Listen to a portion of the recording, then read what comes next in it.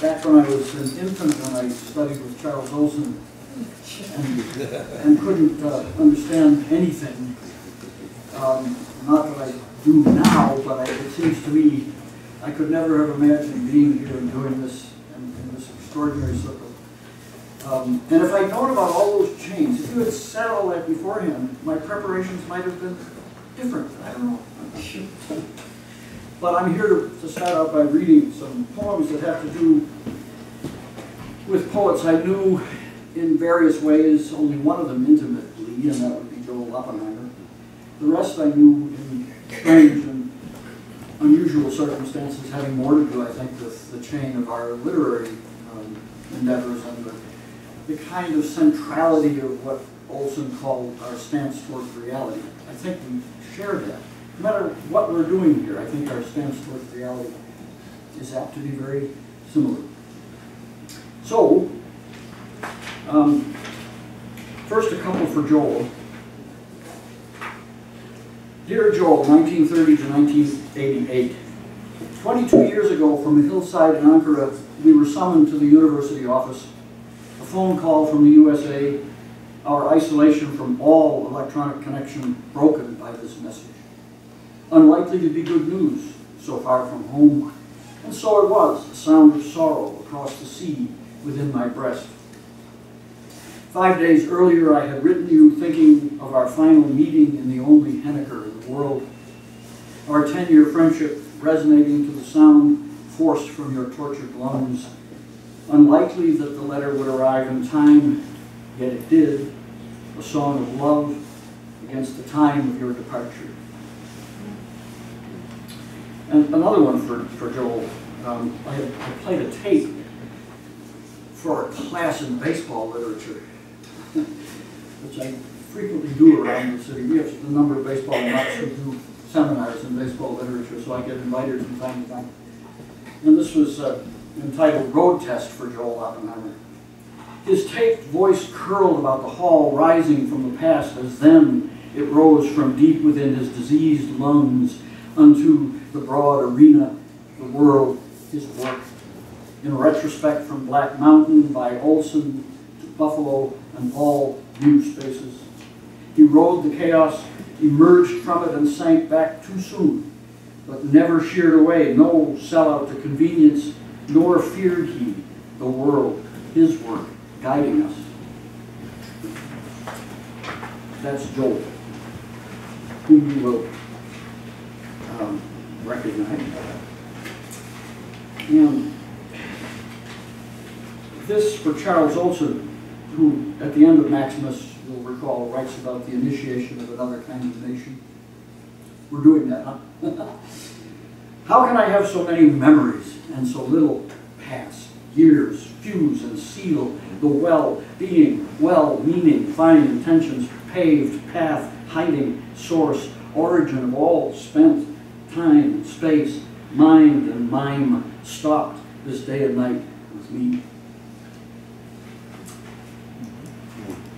And then one for Creedy. I don't know when I started. Was it like 4 minutes ago? 5 minutes?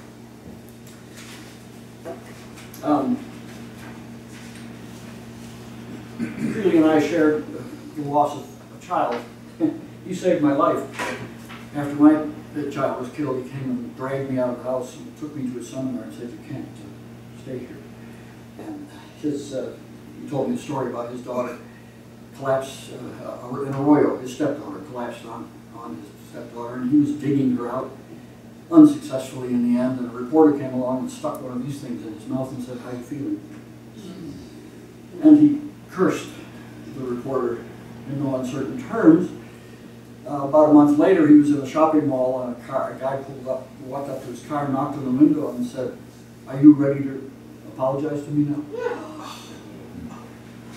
So we had this strange bond, but not only that bond. I mean, his work certainly changed my life, and you can hear echoes of theft from him in what I'm reading. At Hallwalls in Buffalo in 1995, he said about Buffalo that you don't have to worry that the minute you draw a breath, you're on your way. Of course, he left Buffalo at the end, and sadly He died in Texas. He came around to the necessity to be someplace, a center, so that, quote, you are where you are at all points, end quote. All the years of vortex, a draft drawn down around a round of love and death, his daughter, my son, drowned in sand and snow, whirled across roads and tears, frozen, fixed circle of grief. And the rest I have, and I don't know how many I can squeeze in. I wrote a book called Consciousness Suite, which I will offer you. Some of you know about it already. And I'm working on a sequel called Dancing in the Dark, and that's sort of a tribute to Robert Duncan, whose last book was Groundwork in the Dark. And in the midst of Dancing in the Dark, I have a sequence called Psyche and Aries. Each poem begins with a quotation from the HD book. I hope the HD book hovers over this meeting the whole weekend, because it's the most extraordinary piece of searching for a theory that I've ever seen in my life.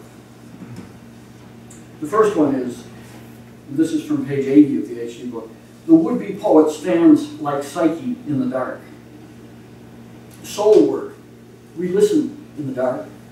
To what pulsations, what music? And how do we stand? Are we still in a posture of obeisance?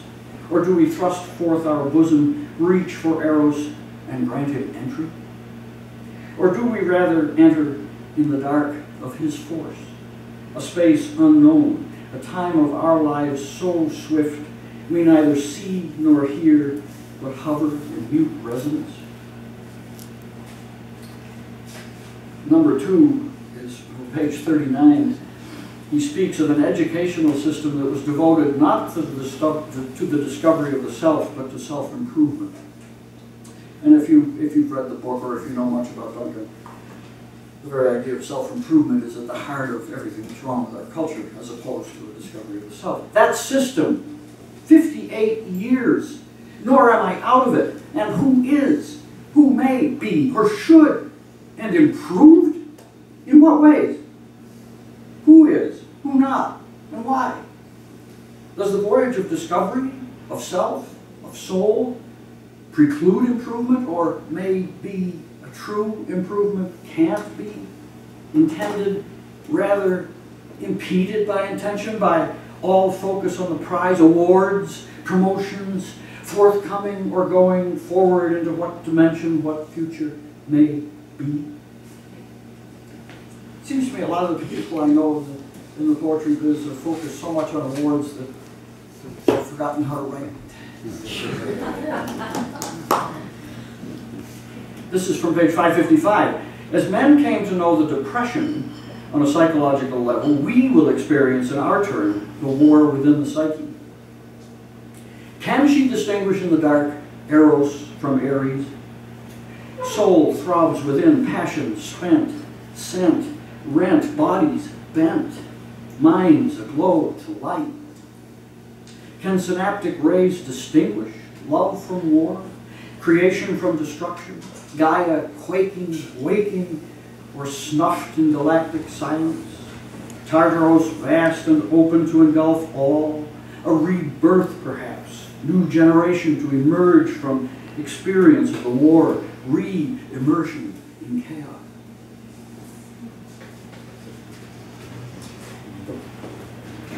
Fourth one comes from page 57. That he speaks of a need we have in our own being to break the perfection of the instant and restore the disturbing flow of time.